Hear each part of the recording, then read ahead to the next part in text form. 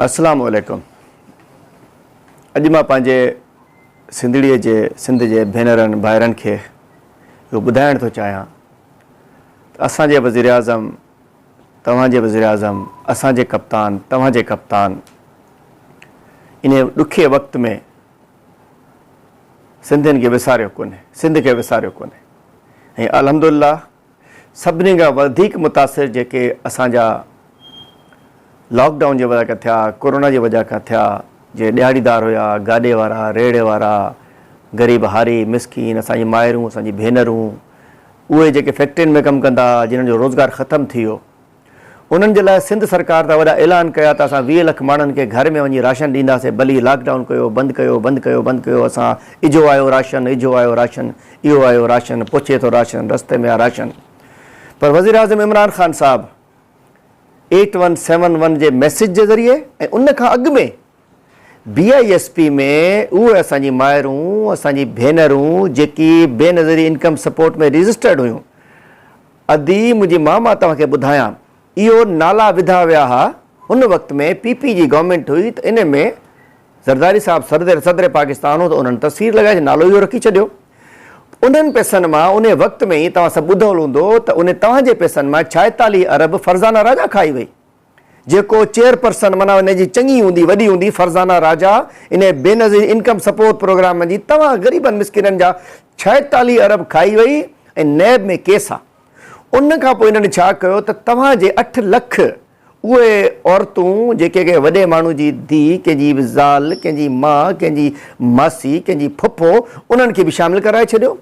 उहे माण्हू जेके उहे आहे, को सरकार ऑफिसर, को सियासतदान, को वॾेरो जेको अॻु में पेट भरियल आहे, फाटनि बि नथा पेट उन्हनि जा खाई खाई, उन्हनि जी वीचारी मायूं बि उन्हनि खे रखी छॾियो, तव्हांजो हक़ु खाधो। इमरान ख़ान साहिबु जीअं आयो त उन अञा उनखे तव्हांजो पैसा हलनि पिया। असां इहो न कयो आहे त BISP वारी लेडी ख़वातीन खे नालो कढियो वञे, उहो नाला सभु मौजूदु आहिनि, तव्हांजा अचनि था न। पैसो केरु थो ॾे? वफ़ाक़ी हुकूमत। मां न चवंदुसि त इहो इमरान ख़ान थो ॾे, बिल्कुलु वफ़ाक़ में वज़ीर आज़म इमरान ख़ान आहे, उनखे फ़ैसिलो करिणो आहे त पैसो ॾियूं या न ॾियूं।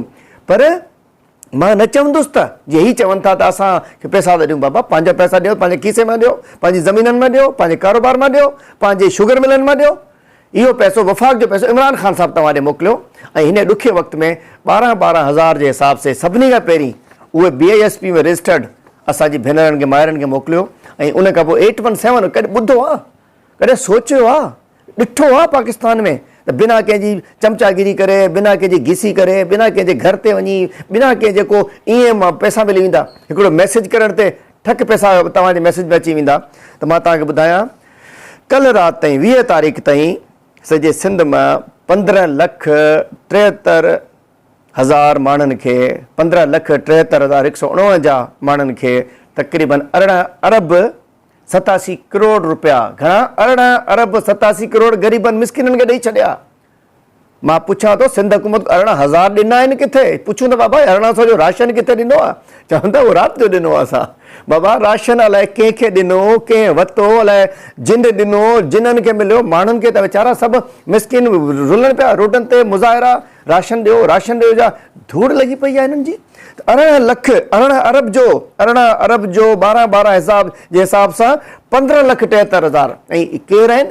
ये मज़ूर, रेड़ी वारा, गाॾे वारा, मिसकिन, असांजी बुज़ुर्ग मायूं, असांजूं अमड़, असांजी भेनरूं, इन्हनि खे मिलिया आहिनि।